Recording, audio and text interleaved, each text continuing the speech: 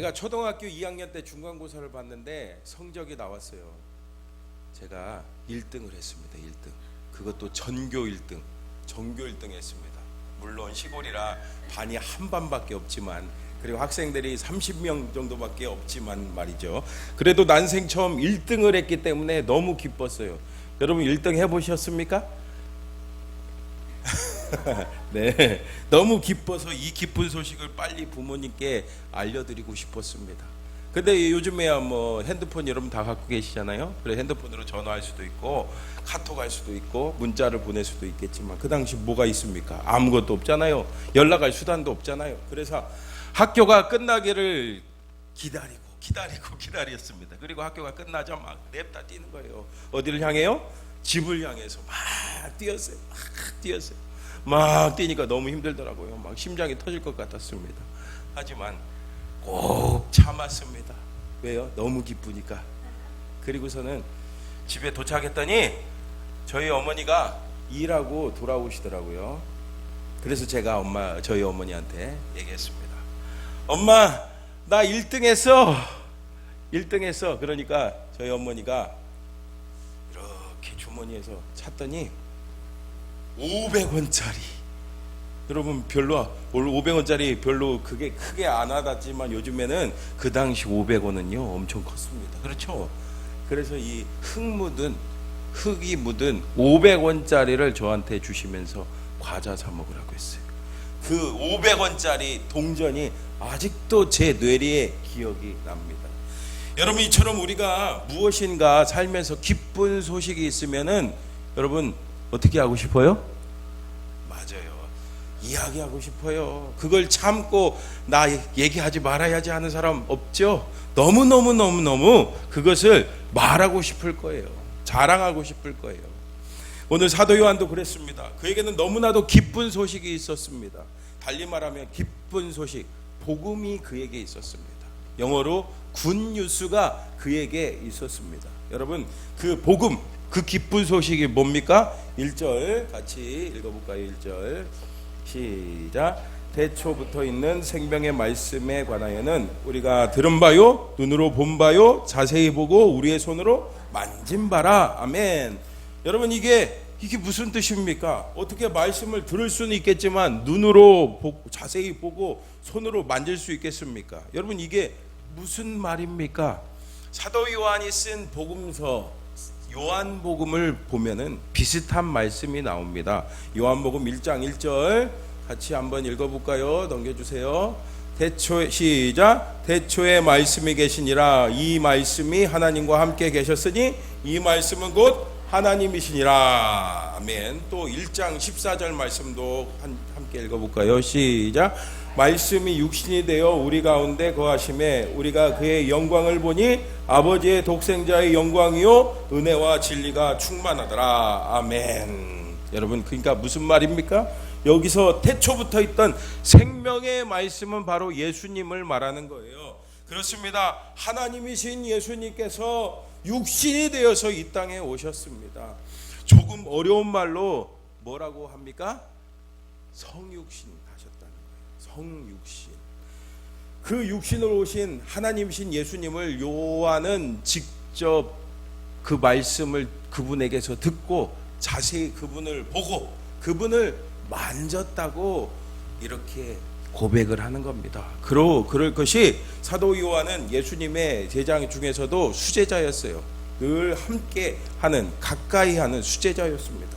요한은 가장 먼저 예수님을 따른 제자였고 마지막 최후의 만찬에 예수님의 품에 기대어 있던 제자가 바로 이 요한입니다.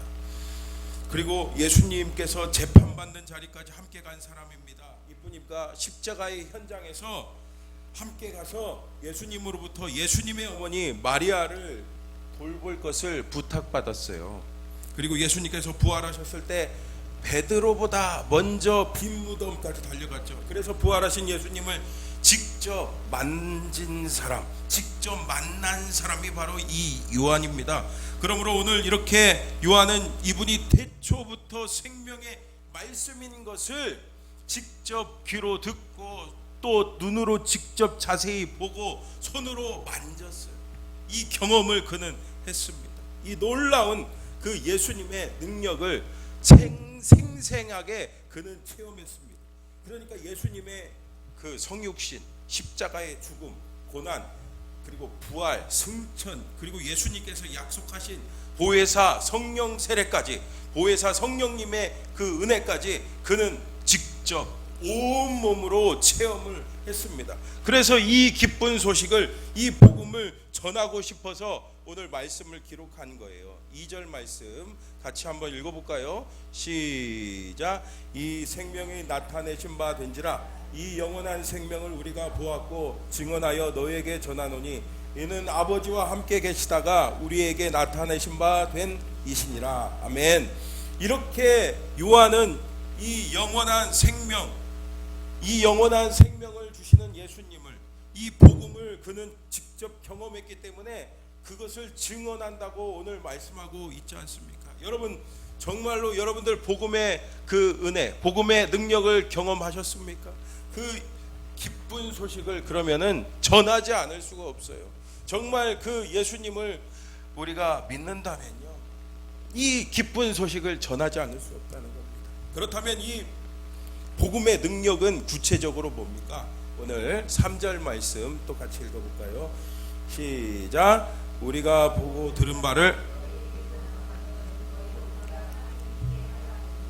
우리의 사귐은 아버지와 그의 아들 예수 그리스도와 더불어 누림이라. 아멘. 사도 요한은 복음을 전하는 이유를 분명하게 여기서 말씀하고 있죠. 그것이 뭡니까? 바로 하나님과 사귐을 갖게 하기 위함이다 라고 말씀하고 있습니다. 여러분 어떻습니까? 여러분들 하나님과 사귀고 계십니까? 하나님과 교제하고 계십니까? 여러분 날마다 하나님을 만나고 계십니까? 하나님과 동행하고 계십니까? 근데 우리가 교회 안에서 이런 말들은 많이 듣고 우리가 많이 하죠. 하나님과 동행하세요, 하나님과 사귀세요, 하나님과 친밀하세요. 하지만 이런 것을 당연하게 여기지만 조금만 시선을 돌려서 세상 사람들의, 그리고 세상의 눈으로 바라보면요, 여러분 생각해 보세요. 신과 사귄다, 이것은요 감히 상상도 할 수 없는 일입니다. 특히 우리 한국 사람들의 정서에서 신과의 사귐은 말도 안 되는 거예요. 한국 사람들이 생각하는 신은요 절대자, 초월자이기 때문에 어떻게 이 신과 사귐을 가질 수 있겠습니까? 겨우 이 신 앞에 하는 게 뭐예요?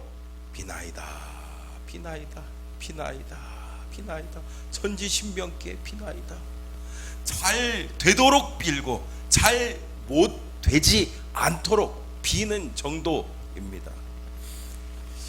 바닷가에 가면은 용왕신에게 막 제사를 지내죠. 막 빌죠. 좀 제발 좀 폭풍우, 태풍 이런 거 치지 않게 안전하게 지켜달라고, 제발 좀 살려달라고 빕니다. 이렇게 비는 존재가 우리 한국 사람들의 정서 속에는 신이라는 거예요. 그런데 어떻게 이런 신, 엄청난 존재와 사귐을 갖겠습니까? 하지만 여러분 분명히 아시기 바랍니다. 우리 하나님은요 우리와 사귐을 갖기를 원하십니다. 우리와 깊이 교제하기를 원하세요. 그런데 문제가 있죠. 뭡니까? 하나님은 거룩하신 분이기 때문에 죄인은 하나님 앞에 나아갈 수가 없어요. 우리의 힘으로, 우리의 어떤 것으로, 어떤 여러분 얼굴이 예쁘다고 몸이 막 몸매가 좋다고 막 많이 배웠다고 많이 착한 일을 한다고 하나님 앞에 절대로 하나님 앞에 나아갈 수가 없습니다. 그래서 로마서 3장 23절 우리 말씀 잘 알잖아요. 같이 또 읽어볼까요? 로마서 3장 23절 시작. 모든 사람이 죄를 범하였음에 하나님의 영광에 이르지 못하더니. 아멘. 모든 사람은 다 죄인이기 때문에 그런 거죠. 그런데 이 문제를 해결하신 분이 있습니다. 여러분 누구예요? 맞아요, 예수님입니다.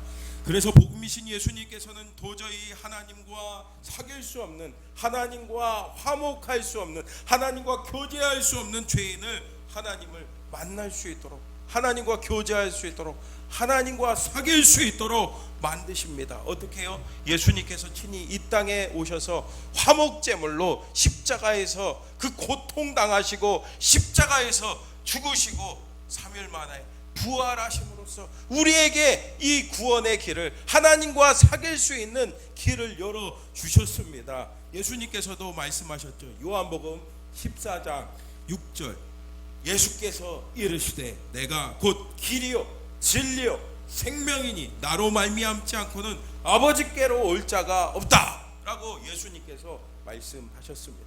그래서 이 하나님과의 사귐은요, 세상의 그 어떤 인간적인 사귐보다 너무나도 중요한 사귐입니다. 천하를 주고도 많은 물질을 주고도 절대로 살 수 없는 이 하나님의 은혜인 줄 믿습니다. 왜요? 바로 우리에게 새 생명을 주는 사귐이기 때문이죠. 그러므로 여러분, 교회를 다녀도 예배당만 왔다 갔다 하면서 우리 하나님과 이런 사귐이 없다는 것은 너무나도 안타까운 사실입니다. 여러분 어떻습니까? 아직도 예수님을 영접하지 않은 분이 있습니까? 예수님을 여러분들 삶의 주인으로 모시지 않은 분이 있습니까? 그렇다면 진짜 예수님을 영접하시기를 축복합니다. 그래서 성령의 거듭나심으로 우리의 영이 살아나서 하나님과의 친밀한 사귐과 교제가 있기를 축원합니다. 그래서 놀라운 하나님 주시는 그 은혜를 누리는 저와 여러분 되기를 축복합니다. 그럼 어떻게 된대요? 4절 말씀 또 같이 읽어볼까요? 4절 시작. 우리가 이것을 쓰면 아멘. 여러분, 이렇게 하나님과 사귐이 있고 하나님과 교제를 나누고 하나님과 동행하면요, 세상이 정말 경험할 수도 없고 세상이 알 수도 없고 세상이 줄 수도 없는 그 기쁨이 우리 가운데 충만하게 넘치게 됩니다. 여러분, 얼마 전에 뉴스를 보니까 이런 뉴스가 나오더라고요. 23년 만에 모교로 돌아온 이지선 교수. 여러분, 이지선 교수님 아십니까? 지선아 사랑해 라는 책으로 유명한 분이죠. 이 교수님은 이화여대 유아교육과 4학년 때 도서관에서 열심히 공부하고 오빠랑 함께 집으로 귀가하려고 함께 차를 타고 가는데 음주 운전자가 낸 7중 추돌 사고에서 전신 55%의 이 3도 화상을 입었습니다. 여러분 혹시 화상 입어본 분들 있으세요? 화상 입으면 얼마나 고통스럽습니까? 얼마나 아픕니까? 이 교통사고로 인해 그녀의 삶 전체는 그냥 송두리째 바뀌는 그런 일이 벌어졌습니다. 그녀는 오랫동안 수술과 제어를 반복하면서 고통의 현실을 견뎌냈어요. 매번 병원에 가서 소독을 할 때마다 그 온몸으로 느껴지는, 온몸에 화상을 입었으니까 그 통증을 그냥 다 온몸으로 견뎌내야만 했습니다. 결국 30번이 넘는 대수술을 받았지만 안면장애와 지체장애 1급 진단을 받았대요. 하지만 이렇게 절망스러운 상황 가운데, 이렇게 어려운 상황 가운데, 이렇게 고통스러운 상황 가운데 그녀는 절망하지 않았습니다. 여러분, 그럴 수 있었던 이유가 뭘까요? 맞아요. 맞습니다. 그 고통과 절망의 상황 가운데 그녀는 우리 주님과 동행했기 때문입니다. 우리 주님과 동행했기 때문에 우리 주님께서 아무리 고통과 아픔이 있어도 그녀에게 샘솟는 기쁨을 주시고 그 그리스도 예수의 평안을 주셨기 때문에 그 모든 아픔을 다 이겨낼 수 있었고, 미국 유학까지 가고 박사학위 따갖고 23년 만에 한국으로 다시 돌아와 저 한동대 교수를 하시다가 이 이화여대 모교 교수로 23년 만에 마침내 돌아와 강단에 설 수 있도록 인도해 주신 거예요. 여러분, 이렇게 주님과 사귐으로 주님이 주시는 기쁨이 얼마나 큰 축복인지 모릅니다. 제가 이렇게 막 소리를 지르면서 얘기하지만 여러분, 이거는 경험해 보지 못한 사람은 몰라요. 여러분, 이 은혜를 경험해 보시기를 축복합니다. 그런데 이 기쁨이 충만할 수 있는 이유가 있어요. 뭡니까? 5절 같이 읽어볼까요? 5절 같이 읽어볼까요? 시작. 우리가 그에게서 듣고 너희에게 전하는 소식은 이것이니 곧 하나님은 빛이시라 그에게는 어둠이 조금도 없으시다는 것이니라. 아멘. 여러분, 하나님은요 빛이시기 때문입니다. 여러분, 빛이신 하나님이 우리 가운데 임하면요 우리 안에 어둠이 싹 사라지잖아요. 여러분, 우리가 깜깜한 밤중에 아무리 어두워도 태양빛이 아침에 새벽에 떠오르면 어떻게 됩니까? 그 어둠이 그냥 한순간에 없어지잖아요. 마찬가지입니다. 우리 안에 부정적인 생각, 고통, 상처, 아픔, 좌절, 절망 등등 이 어둠은요 우리 가운데 진정한 빛이 되신 그 하나님과 사귐이 있다면 그 어둠이 한순간에 물러나는 줄 믿습니다. 그 빛으로 인해서 우리 안에 어둠은 다 녹아지고 사라집니다. 그런데 여러분 삶은 어떻습니까? 여러분 안에 어둠이 하나도 없습니까? 여러분 한번 생각해 보세요. 우리가 예수님을 믿는다고 하면서도 여전히 우리가 어둠 가운데 있는 이유가 뭘까요? 오늘 9절 말씀 같이 읽어볼까요? 9절 시작. 만일 우리가 우리 죄를 자백하면 그는 미쁘시고 의로우사 우리 죄를 사하시며 우리를 모든 불의에서 깨끗하게 하실 것이요. 아멘. 그렇습니다. 우리가 진정한 주님 앞에, 주님의 십자가 앞에 나와서 회개하는 진정한 회개가 없기 때문에 그렇습니다. 여러분, 우리가 진정으로 회개하면요 우리 주님은요 우리를 어떻게 해주신대요? 우리의 모든 죄를 용서해 주시고 우리를 깨끗하게 하실 뿐 아니라 우리가 진정한 주님과의 사귐에 들어갈 수 있도록 은혜를 베풀어 주십니다. 그래서 회개가 너무나도 중요한 거예요. 회개해야 됩니다. 회개해야 됩니다. 하지만 초대교회 이단 중에 영지주의 이단이라는 이단이 있었어요. 근데 그 사람들은요 그렇게 생각하지 않았어요. 그래서 오늘 이들에게 사도 요한은 6절에서 8절에 말씀하죠. 6절에서 8절 보세요. 만일 우리가 하나님과 사귐이 있다 하고 어둠에 행하면 거짓말을 하고 진리를 행하지 아니함이거니와 그가 빛 가운데 계신 것 같이 우리도 빛 가운데 행하면 우리가 서로 사귐이 있고 그 아들 예수의 피가 우리를 모든 죄에서 깨끗하게 하실 것이요. 만일 우리가 죄가 없다고 말하면 스스로 속이고 또 진리가 우리 속에 있지 아니할 것이요. 아멘. 무슨 뜻인지 아시겠어요?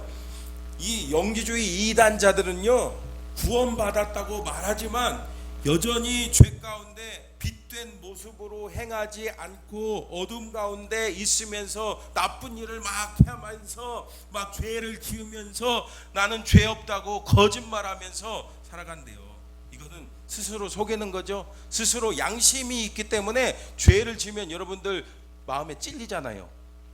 죄 지으면 마음에 찔리잖아요. 그러니까 스스로 속이는 것이고 진짜 진리이신 예수님이 그 안에 없는 거예요. 그러면요 진정한 복음의 능력을 누릴 수가 없는 겁니다. 그러니까 이들의 주장은요 한마디로 회개가 필요 없다는 거예요. 한번 구원받았기 때문에 회개가 필요 없다고 말하는 자들입니다. 여러분 이게 말이 됩니까? 2차 세계대전이 끝나고 얼마 안 됐을 때의 일입니다. 미국 해군 항공모함 함대가 기동훈련을 하고 있었습니다. 근데 언제 했냐면은 깜깜한 밤중에 심야 기동훈련을 하고 있는데 갑자기 저 앞에 정체불명의 한 함정이 앞에 나타났습니다. 커다란 배가 나타났어요. 그래서 아주 강한 탐조등으로 그 배를 막 비췄어요. 그리고 항공모함은 즉시 빨리 비키라고 막 그 무전을 막 했습니다. 그런데 대답은 그 함선의 대답은 너희가 비켜라, 너희가 비켜라. 그러니까 이 화가 난 항공모함 함정에서 이렇게 말했어요. 우리는 지금 미 합중국 해군이다. 지금 우리가 이렇게 훈련을 하고 있는데 지금 호위함이 몇 대고 지금 비행기가 지금 몇 대인지 알고 지금 그러냐? 빨리 비켜라. 그랬더니 거기서 뭐라고 했는지 여러분 아십니까? 우리는 등대다. 니네들이 비켜라. 그랬대. 여러분 잘못된 방향으로 계속 가고 있으면요 부딪힙니다. 막힙니다. 무엇보다 하나님과의 관계가 막히는 거예요. 잘못된 방향으로 계속 나아가면은요, 하나님과의 관계가 막힙니다. 그래서 잘못된 방향으로 가고 있다면은요, 돌이켜야 됩니다. 이렇게 잘못된 방향에서 내 잘못을 인정하고 옳은 방향으로 나아가는 것이 바로 회개예요. 회개. 그러므로 회개, 곧 하나님을 향해 돌이키는 것이 바로 우리가 진정한 하나님과 사귐, 빛 가운데 거하는 삶인 줄 여러분 분명히 아시기를 바랍니다. 요즘에도 이런 영지주의 이단이 있어요. 여러분, 이단이 뭔가 새로운 것 같죠? 초대교회에 이미 다 있었습니다. 대표적으로 새칭 구원파라는 이단이 있어요. 왜 새칭이라고 하냐면요, 자기들을 스스로 구원파라고 안 부르기 때문에 그래요. 그런데 이들 교리 중에 이 구원을 강조하기 때문에 새칭 구원파라고 이렇게 부르는 겁니다. 이들의 주장은요, 깨달음을 통해서 구원을 한 번 받으면요, 또다시 회개할 필요가 없다고 주장을 합니다. 제가 신학대학 다닐 때 이단과 종교라는 수업 들었습니다. 그 과목 강사가 누구였냐면은 현대종교, 여러분 아세요? 현대종교? 현대종교 요즘에 이단 사이비를 연구하고 대적하는 데 힘쓰는 여기 소장님이신 탁지원 소장님한테 수업을 들었는데, 근데 이분이 우리들한테 숙제를 내줬어요. 이단 탐방 보고서를 써서 이단을 탐방해 갖고 보고서를 써서 내라는 거예요. 그래서 제가 어딜 갔냐면은요, 구원파 중에 이 박옥숙 기쁜 소식 선교회가 있습니다. 여러분 들어보셨어요? 머리 하얗고 이런 사람인데 그 집회에 가봤습니다. 와, 이단 단차에 가려니까 왜 이렇게 가슴이 벌렁벌렁 떨리는지 막 떨리는 마음으로 갔는데, 이 단체는요, 집회를 한번 하면은 체육관을 빌려서 해요. 근데 체육관에 보니까 사람들이 막 가득가득해요. 그리고 타이틀이 뭔지 아세요? 죄사함 거듭남의 비밀이래요. 사실 여러분, 구원은 이 비밀이면 되겠습니까?